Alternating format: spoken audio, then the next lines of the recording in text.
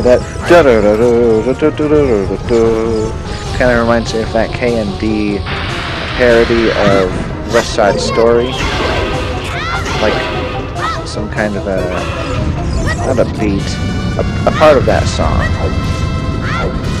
where like it's the equivalent when they're like doing jazz hands down the street. I'm not sure how to describe it.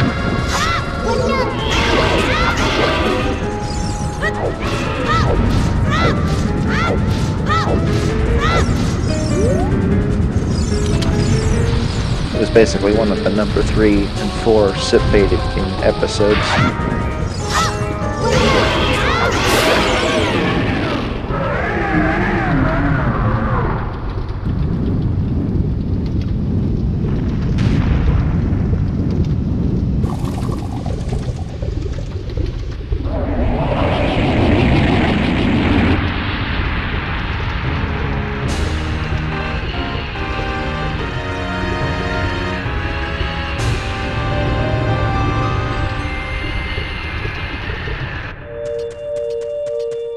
When you kill a boss faster than you remember to read his description.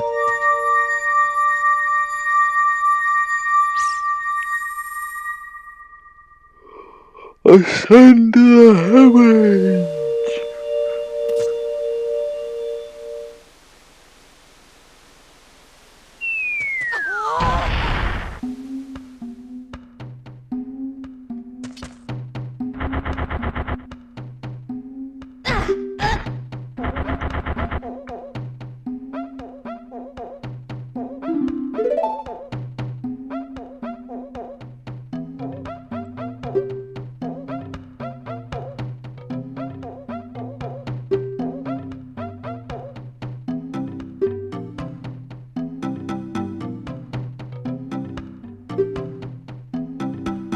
He said, "Give me the spiritual stone, only then will I open the cave for you."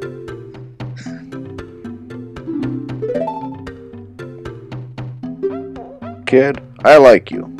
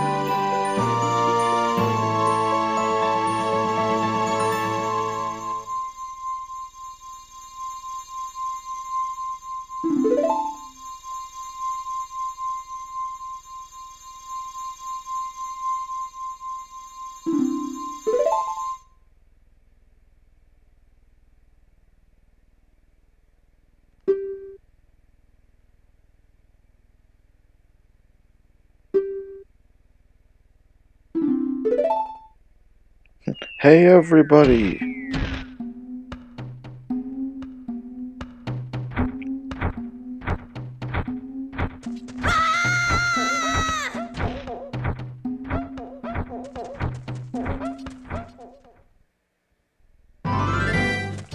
Charming to the last.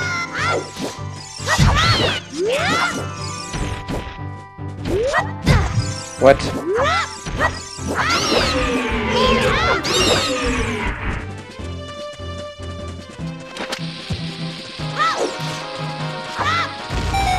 I guess I don't need to go after him. He's too far away to be relevant.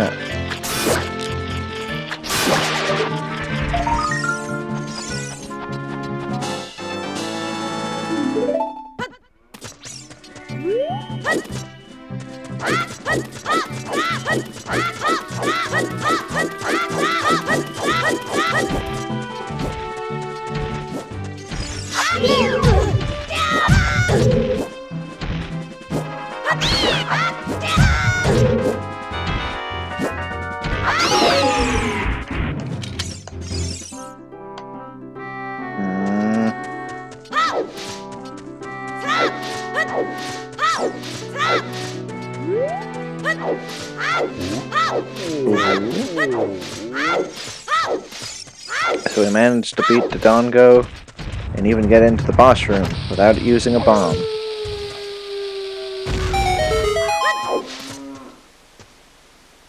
Oh no, this isn't good. Whatever.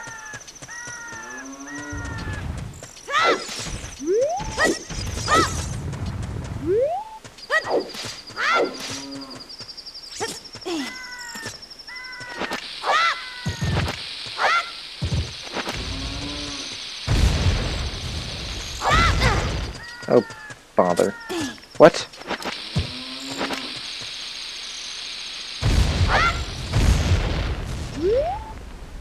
Don't know why it seems like you run out of bombs. So I'm sure not. But it seems like I always worry about running out of bombs before getting the bomb upgrade. Oh, I know why.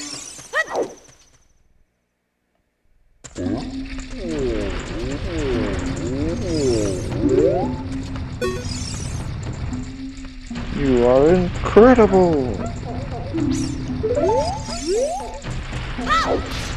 Because going to this room, I usually feel compulsion to break every rock there is, but I don't think I'll do that this time. I mean, I know there's nothing there. But it's going into this room that makes you run out of bags. That is to say, run out of bombs.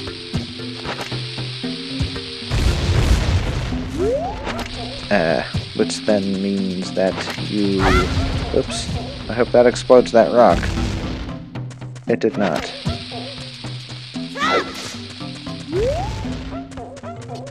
So anyway, obviously, it's best to blow up these before getting the bomb bag upgrade, so that you get a bunch of bombs refilled for free.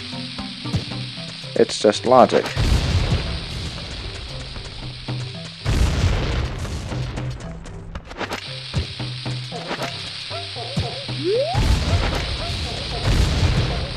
Oh, wait a second. Now we only have one left. So we have to... Unless there's some bombs in here. There is not. Just more wasted rupees. I'll never understand people who get annoyed at the fact that Twilight Princess actually saves you rupees by leaving them in the chest. That makes no sense. It's like, oh, this part on the map is orange.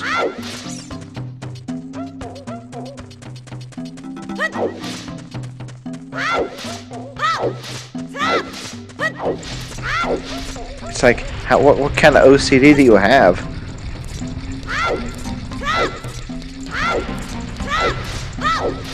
I mean, I haven't been diagnosed, but I'm pretty sure I probably do have some kind of OCD, but it doesn't make any sense.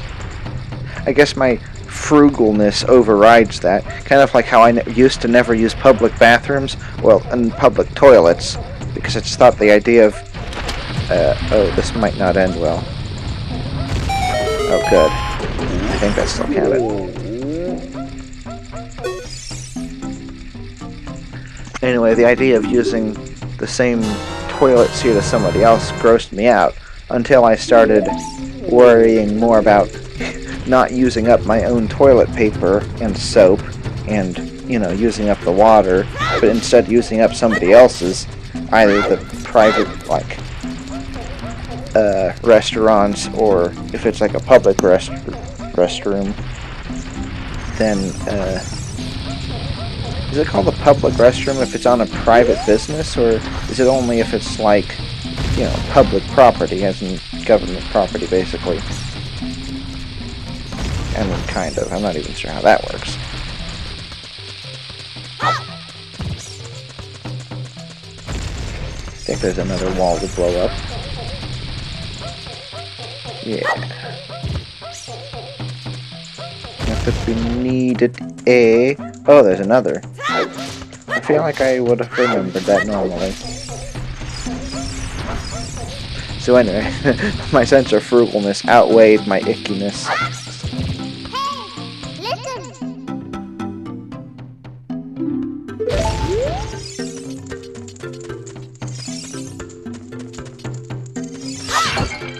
I'm surprised there's not a Deku stick there too.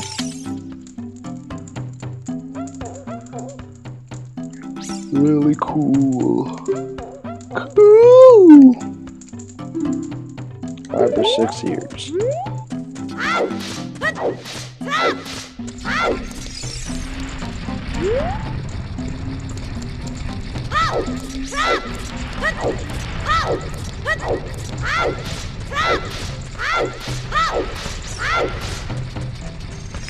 So, commentary. It's hard, I guess. You get used to it, I guess.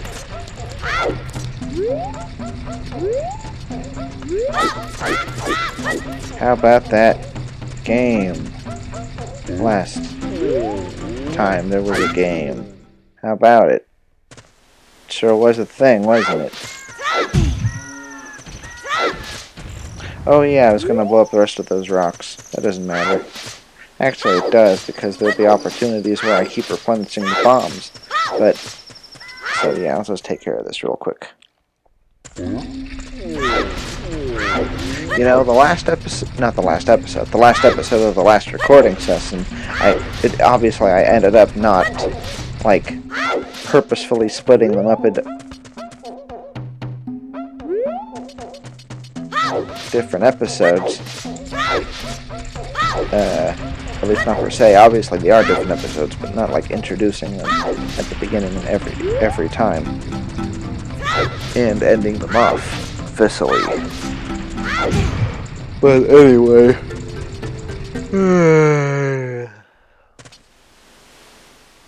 In the last episode of the last recording session, it seemed like I was on my way to getting the Song of not the Song of Storms. The Sunrise Song. You know, that one.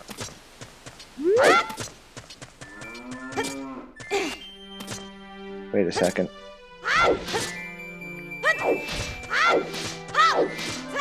Hold up a minute. This is the kind of thing I'm not going to, though. It doesn't feel worth it.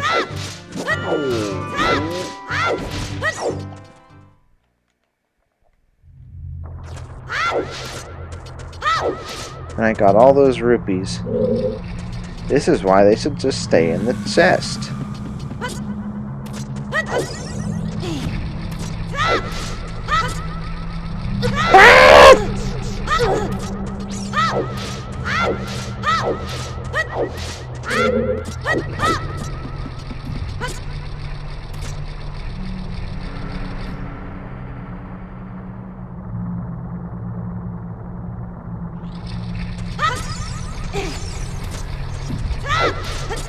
What? What the? What?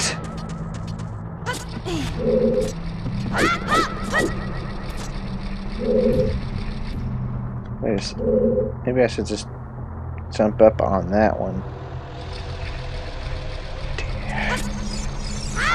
Okay, that's what I'm gonna do. Jeez. Whoa.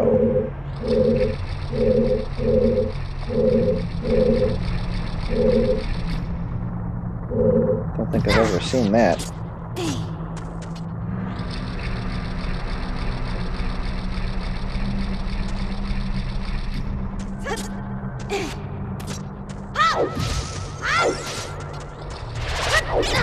That did not help.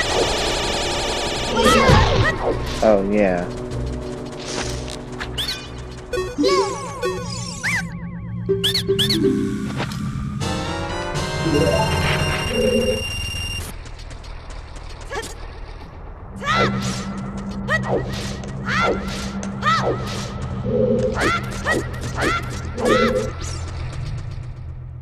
That sure was a game, wasn't it?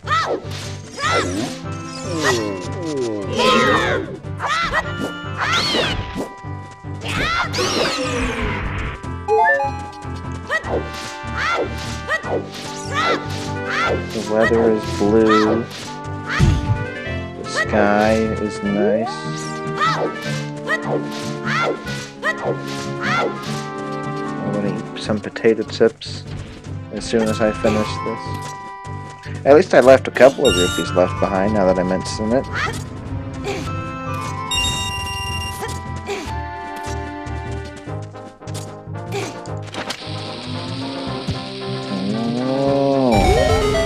There's a cow down there. Everyone knows that. So anyway, I'm pretty sure that the reason Link crouches, completely ducks when he gets this shield, is this is specifically designed. The guy at the bottom of the mountain, he says you really shouldn't go up there without the Hylian shield, and you think it's just set for general combative purposes, because that's what a shield is used for. I'm pretty sure it's designed for this, which is why Link doesn't like this. And for some reason I got the impression most people don't know about that. But then how else would he get up there? Maybe it's just from watching like Tim play or something, because he can be a little weird. But this also blocks it, which is really weird. Like, you can, if you're doing it like that, then Link gets hit. Like I was saying earlier with the explosions, it takes a little while apparently. But if you hold it with, holding Z, Link, it won't take damage. His shield will block them. So it's like, once again he's absorbing the pressure, and it knocks him back a little, but and it works like that later too in Ganon's tower. Of course, obviously you have the Hylian shield there because it's 17-year-old Link, otherwise known as Adult Link.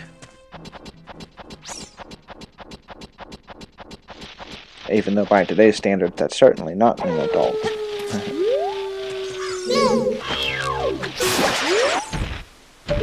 But back in Hylian times, you were a man at 12.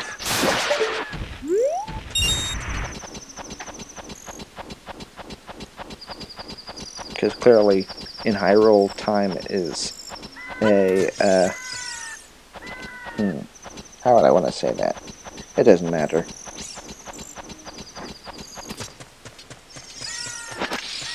I don't want to talk to him just yet. We don't really need those. Not where we're going.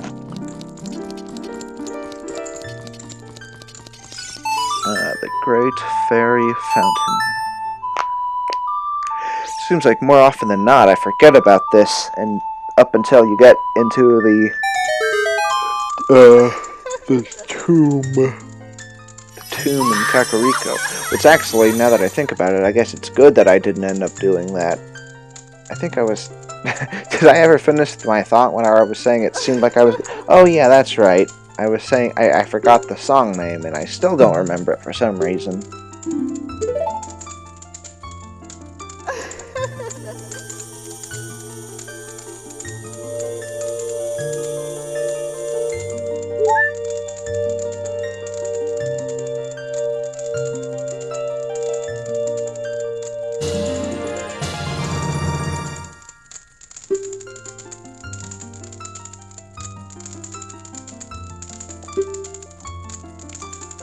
And of course, here it's telling you that you can just spin it with a stick.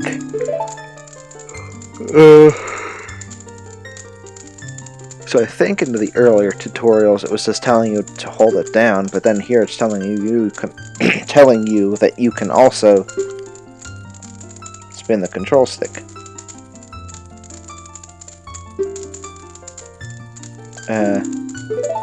Let's see, was I going to say something about that?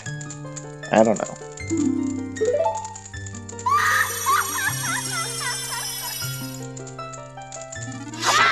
So here you can see that. It's a really cool texture. I actually don't like it as much in the 3DS version. And I actually don't like some of the changes I don't like the, obviously it's smoother, but I kind of like some of the things being kind of jaggedy. Like I was saying earlier, well, okay, so for the heart container, or rather, yeah, the heart container, yeah, the heart container. Well, that I think that was just nostalgia when I was saying in like the second, maybe that was even the first episode, that I like it on the N64 graphics. Like, that was probably just nostalgia. But like for the spiritual stones, I think those actually look arguably, they at least have their advantages, if even if one isn't necessarily better than the other. I don't remember why I was saying this. There's obviously something related to here.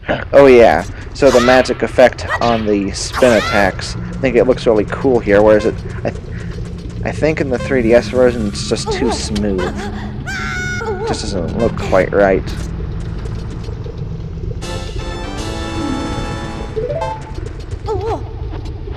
I mean, obviously it works just fine, but it looks more like a fluid than it. Well, I mean, it obviously it looks perfectly fine, but it just, I don't think it looks as cool and textured. Let me get out of the vault. No, I'll be a man. I'll sew it right here and now.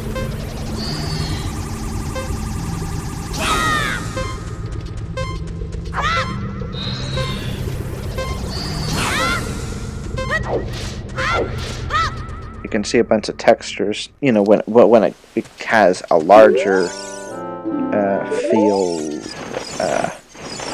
There's just more of it to see, so you can see even more how that's the case.